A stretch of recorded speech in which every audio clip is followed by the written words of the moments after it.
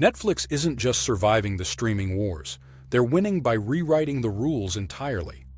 While Disney burns billions trying to out-content everyone, and Warner Bros. Discovery scrambles to figure out what HBO Max should even be called this quarter, Netflix quietly built 3 strategic moats that competitors can't cross. The first moat is consolidation. They turned price sensitivity into market share by making themselves the default choice through bundles and partnerships. The second is automation.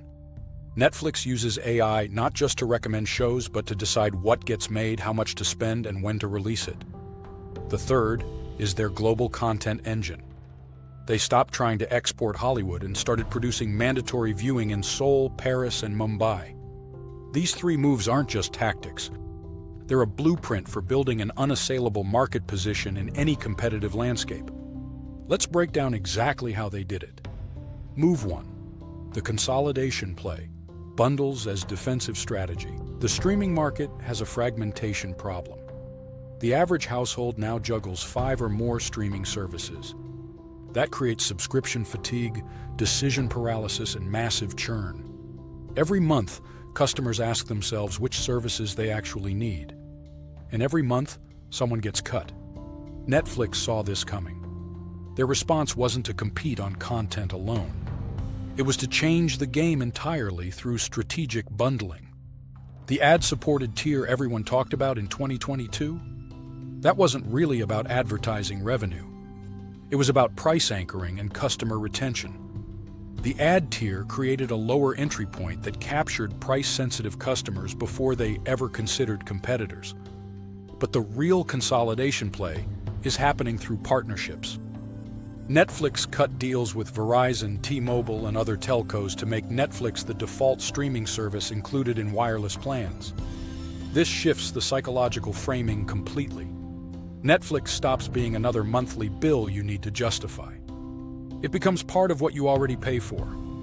That's a massive reduction in decision friction. The strategic brilliance here is that bundles create switching costs without raising prices. When Netflix is bundled with your phone plan, canceling means either losing the service or actively going out of your way to pay for it separately. Most people don't bother. This matters for your business because the best defense against competition is often a simplified, lower-friction offer that widens your addressable market. You're not trying to win on features or price alone. You're trying to become the path of least resistance. The real-world application is straightforward. Identify where your customers experience decision fatigue. Then bundle to reduce that friction. If you're in B2B software, that might mean bundling onboarding services with your platform so customers don't have to coordinate multiple vendors. If you're in consumer products, it might mean subscription bundles that eliminate the monthly "should I reorder" decision. The common mistake is treating bundles as discounts instead of strategic consolidation plays. A discount just reduces margin. A bundle changes the competitive landscape by making your product the default choice.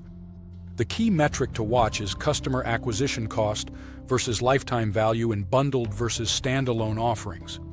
If your bundled CAC is lower and LTV is higher, you found a true consolidation advantage.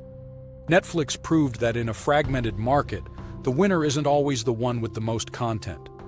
Sometimes it's the one who makes choosing easier than not choosing. But the bundle strategy only works if you know what content to produce. Which brings us to Netflix's second moat. Move 2, the automation moat. AI beyond recommendations. Most people think Netflix's AI just recommends shows. That's the surface layer everyone can see. The deeper game is far more powerful.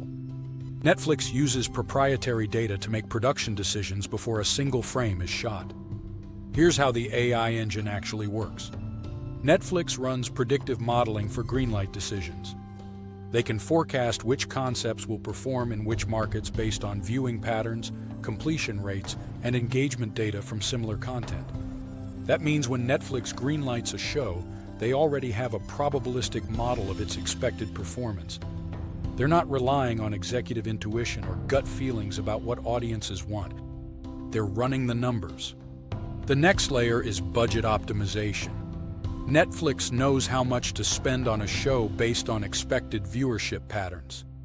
They can model whether a $10 million budget will generate proportionally better results than a $5 million budget for a specific concept in a specific market. Then there's release timing.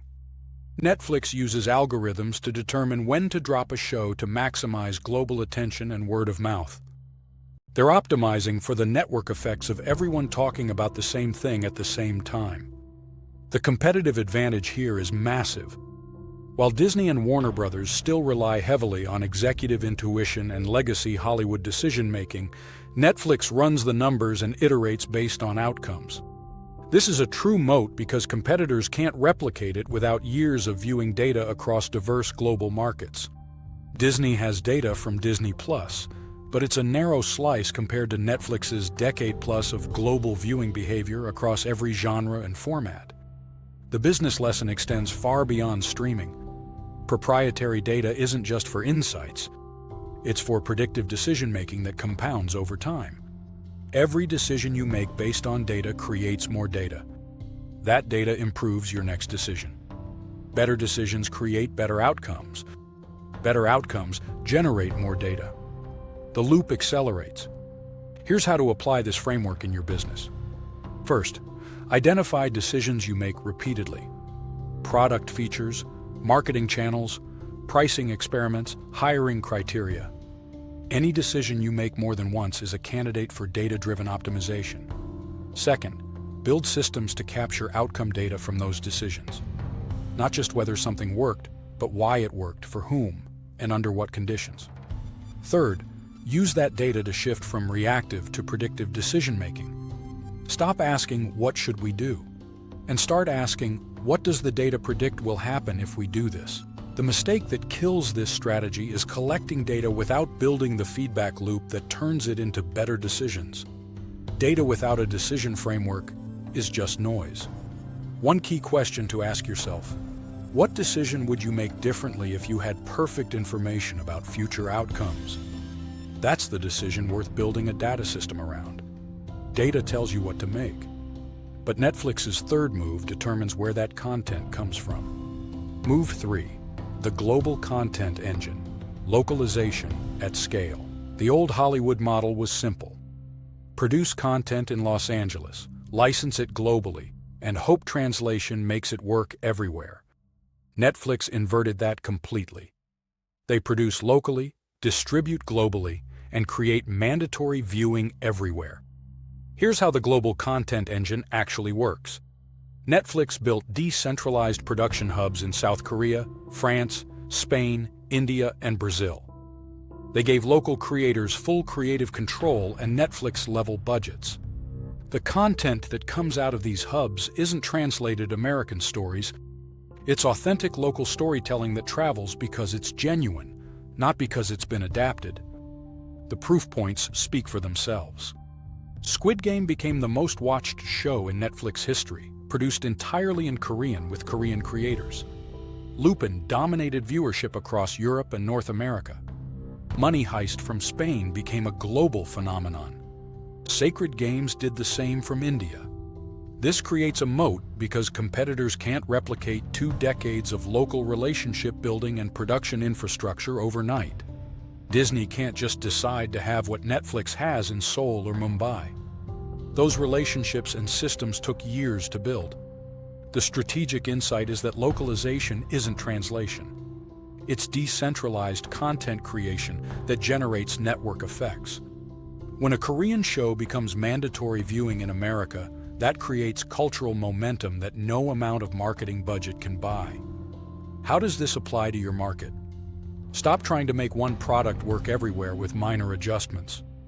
Build local teams with decision-making authority and centralized distribution infrastructure.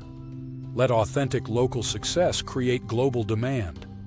The common failure is treating localization as a marketing problem instead of a product strategy.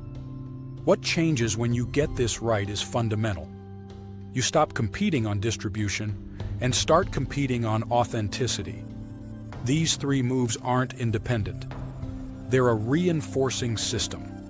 Conclusion: the compounding effect. Bundles capture customers.